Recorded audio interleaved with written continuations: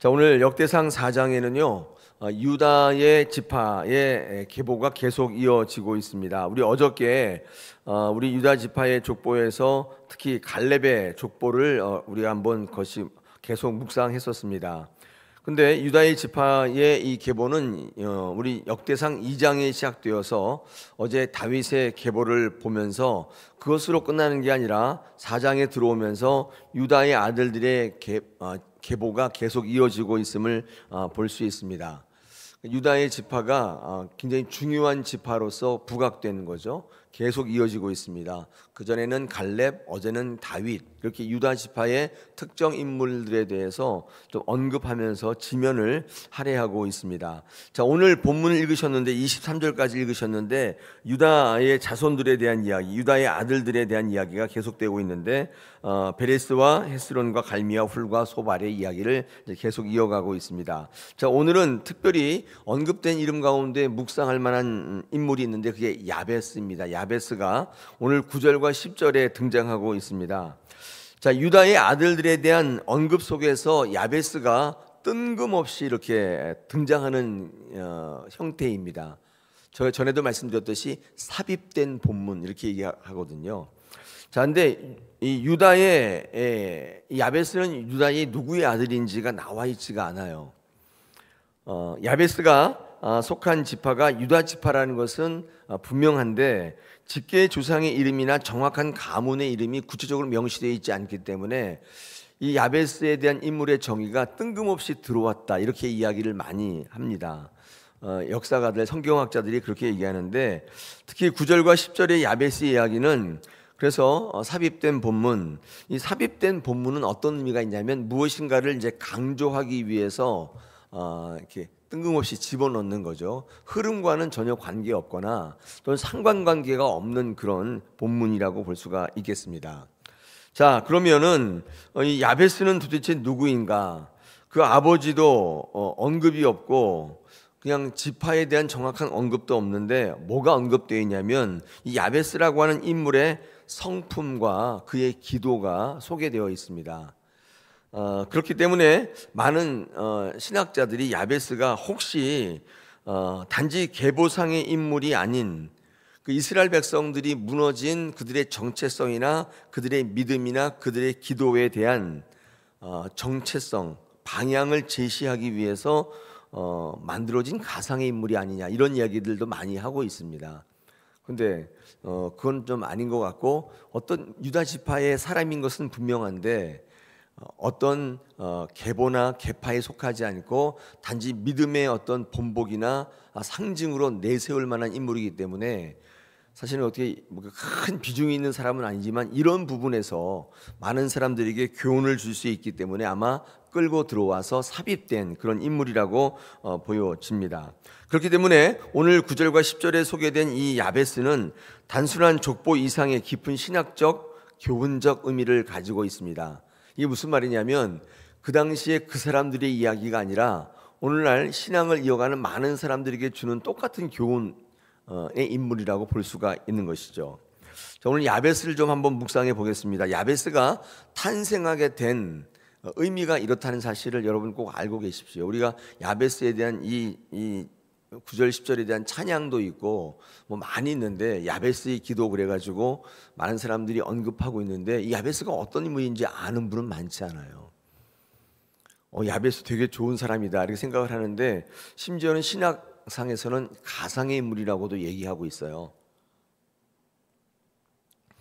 유다 지파 계파에서 소개되고 있는데 그 아버지나 지파들이 이렇게 자세히 언급되고 있지 않기 때문에 그러나 당시에 바벨론 포로에서 돌아온 이스라엘 사람들이 하나님에 대한 기대도 사라지고 믿음도 없고 기도도 하지 않는 자, 그런 분위기 속에서 에스라가 앞에 사무엘이나 또 역대 그 열왕기의 역사서가 있음에도 불구하고 그 모든 것들을 추려서 그들의 믿음의 정체성을 다시 세우기 위해서 역대기라고 하는 역사서를 다시 쓸 수밖에 없었는데 그런 관점에서 이런 야베스는 이스라엘 백성들의 무너진 신앙을 다시 세우기 위한 역사적이고 신학적 교훈이 있다는 것이죠. 그렇기 때문에 우리 신앙을 할 때 오늘날에도 여러 가지 힘든 일과 여러 가지 그런 것 때문에 하나님께 기대가 사라진 많은 분들, 교회는 다니는데 엄마 아빠 때부터 교회 다니고 아버지가 장로고 목사고 그래서 교회는 다니는데 별 의미를 가지고 있지 않은 많은 사람들에게 이 야베스라는 인물의 이 기도는 굉장히 중요한 정체성을 새로 세우는 본문이다. 그래서 삽입되어 있다. 이렇게 이야기하고 있습니다. 여러분, 야베스라고 하는 이름의 의미와 뜻이 있는데, 야베스는 히브리어로 고통, 또 슬픔이라는 뜻을 가지고 있는 이름입니다. 오늘 본문에 보니까 그의 어머니가 수고로이 낳았다라고 말하는 것인데, 이것도 사실 수고로이 낳았다는 건데, 그의 출생 당시에 큰 고난이나 위기가 있었던 아이였다는 사실을 이제 암시하지 않습니까? 특히 어머니를 중심으로 언급되는 것으로 보아서 아버지가 없거나 가문이 별 볼 일 없거나 그런 아이였다는 사실을 우리에게 말씀하고 있죠. 자, 그러면 이 야베스가 왜 이런 배경을 갖고 있느냐? 아까 제가 말씀드린 것처럼 이 포로기 이후에 유다 지파가 딱 그런 모습이었다는 거예요. 포로 귀환해서 다시 태어난 그런 이스라엘 백성의 모습 속에서 그들은 큰 고난과 위기가 있었다는 사실을 이야기하기 때문에 이 야베스는 포로에서 돌아온 이스라엘 민족을 가리키는 상징적인 인물이라고 볼 수가 있겠죠. 그래서 그들은 다시 예루살렘에 돌아왔을 때 이 예루살렘을 재건하고 회복해야 되는 입장 속에 놓여 있었는데, 근데 그게 얼마나 힘들었겠어요. 그 자체가 고통이고 고난이었다는 것입니다. 그래서 이 어머니가 그들을 낳을 때 수고로이 낳았다. 너무 힘들게 그들을 낳았다. 하나님께서 그들을 포로에서 돌아오게 하셨는데 낳은 거죠. 새로 낳게 하셨는데 너무 힘들었다는 것입니다. 그러므로 이 야베스의 이름처럼 이스라엘 공동체 그 자체가 고통 가운데 출생했고 앞으로 그들이 살아가야 될 모든 길이 환난이요 고난이란 사실을 이 야베스라는 이름을 통해서 어머니가 수고로이 낳았다는 이 말씀을 통해서 우리에게 전달하고 있습니다. 이 야베스는 어떤 인물로 그려지고 있냐면, 그래서 그의 이름처럼 고통의 정체성을 가지고 있지만은 그러나 그 정체성에 머물면 안 되고 하나님 주신 사명을 감당하기 위해서 앞으로 나가야 되는 인물입니다. 이때 이 야베스에게 어떻게 소개하고 있냐면 그는 기도의 사람이라는 사실을 소개하고 있는 것입니다. 마치 바벨론 포로에서 돌아온 이스라엘 백성들의 정체성이 이러해야 한다는 내용을 이 야베스의 기도 속에 담아놓고 있어요. 이거를 읽을 때 많은 사람들이 우리 주변이 너무 힘들지만 내 환경이 다 폐허이고 이제는 포로에서 돌아와가지고 적응도 안 되고, 더더욱 더 중요한 건 뭐냐면 하나님에 대한 기대가 없어진 그들의 어떤 정신적인 지주 아니었어요. 근데 큰 패배를 경험했잖아요. 다 끌려가고 망하고, 그럴 때 더 이상은 하나님께 기대가 없는 그들에게 그들의 삶이 어떠해야 되는지를 이 야베스의 기도 속에서 이 에스라가 담고 있다는 것이죠. 이 야베스의 기도는요 9절 10절에 보면 네 가지로 구성되어 있습니다. 한번 간단하게 같이 묵상하게 보겠습니다. 첫째는요, 야베스는 뭐라고 얘기하고 있냐면 복에 복을 더해달라. 우리 10절에 보니까 주께서 내게 복을 주시려거든, 그렇게 돼 있죠. 복을 주시려거든 이렇게 되어 있습니다. 그래서 뭐라고 되어 있냐면 복에 복을 더하사, 복에 복을 더하사 내게 큰 복을 더해달라 이렇게 말을 하고 있는데, 이게 무슨 말이냐면 단순한 물질적인 복을 뛰어넘어서 하나님의 은혜와 긍휼을 구하는 민족이 되어야 한다. 지금 하나님께서 수고로이 낳은 야베스죠. 그리고 그의 삶 속에 이스라엘을 다시 재건하고 다시 살아가야 될 그들에게 주시는 삶의 방향과 목표 중에 야베스의 기도에는 복을 더하사 라고 기도를 해야 된다는 것입니다. 이때는 물질적인 복만을 구하는 민족이 아니라 하나님의 은혜와 긍휼을 구하는 민족이 되어야 한다. 그런 사람이 되어야 한다는 것입니다. 하나님을 믿는 모든 성도들의 기도가 이러해야 한다고 말씀하는 것과 똑같습니다. 우리가 살아갈 때 필요한 것들만 구하는 그런 신앙이 아니라 그것을 뛰어넘어 하나님의 나라를 위하여 하나님의 은혜와 자비와 긍휼을 구하는 신앙으로 바뀌어야 한다. 이게 야베스 기도의 첫째입니다. 하나님께서 우리에게 주시는 복이라는 게 이렇다는 것입니다. 여러분 기도하실 때 육신의 것만 구하지 마시고 하나님의 나라를 위해서 하나님의 은혜와 하나님의 복을 구할 수 있는 여러분 되시길 축복합니다. 이게 모든 환난 속에 서 있는 아예 이름 자체가 고난이에요. 그런 사람들이 살아가야 될 방향이요, 또 그들의 모습이라는 것이면 필요가 많지만은 의도적으로 연습하셔야 돼요. 기도하실 때, 그래서 새벽 기도 갈 때 이렇게 할 때 제가 기도의 제목을 드려요. 제가 설교할 때 가장 큰 특징이 뭐냐면, 전에 있던 교회에서도 그랬어요. 설교가 기도의 제목 같다 그러셨어요. 설교를 들으시면 그 설교를 가지고 기도하셔야 되는데 그 설교는 들으시고 기도는 다르게 하시는 거예요. 그게 무슨 의미가 있을까요? 설교를 들으실 때는 이게 내 심령에 주시는 말씀이구나, 이게 기도의 제목이구나 그렇게 해서 끝날 때 특징이 있잖아요. 우리는 결단 기도하잖아요. 목사님이 기도하고 끝나는 게 아니잖아요. 왜 그러냐면 그 설교가 내 기도 제목이구나 주셨기 때문에 여러분 잠깐이라도 여러분의 입을 열어서 기도하셔야 돼요. 그럴 때 그 말씀이 복이 된다. 제가 여러 번 말씀드렸는데 이거 연습이 좀 필요해요. 어느 날 갑자기 할 수 있는 게 아니라 이게 내 기도의 제목이구나 이렇게 기도할 수 있는 신앙이 되시면 참 좋겠습니다. 자, 두 번째, 이 야베스의 기도에 들어있는 우리 성도의 삶의 모습이 있는데 나의 지경을 넓혀 달라는 기도입니다. 나의 지경을 넓히시사, 10절에 그렇게 되어 있지 않습니까? 하나님이 유다 지파에게 허락하신 땅이 분명히 있는데 그 땅에만 머물지 말고 그 땅을 통해서 하나님이 내게 주신 사명을 기억하는 삶으로 살라는 그런 교훈의 말씀일 수 있죠. 우리 삶에 한번 적용해 보면 하나님께서 우리에게 직장을 주시고 또 우리에게 재능을 주시고 또 우리에게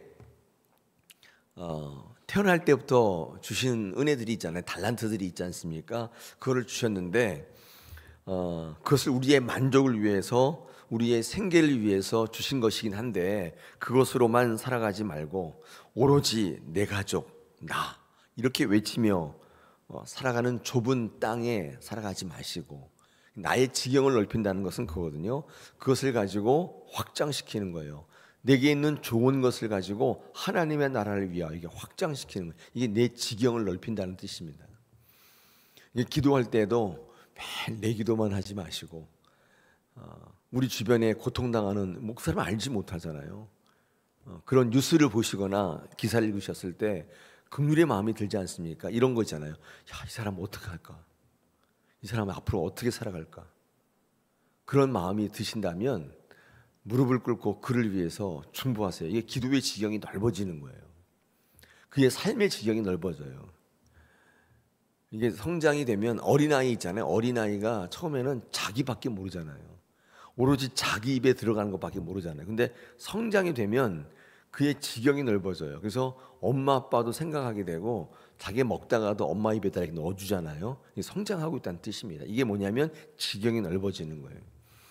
우리 그리스도인도 마찬가지입니다. 기도하라 그러면 내 자식이 기도만 하는, 그게 아니라 우리 주변에 고통당하는 이들, 그리고 이 나라의 민족을 위해서도, 또 불행한 사고를 통해서 고통받는 이들이 많잖아요. 지금 뭐 전쟁하고 있는, 우리 6.25 때 전쟁 3년 했는데 죽을 맛이었지 않습니까?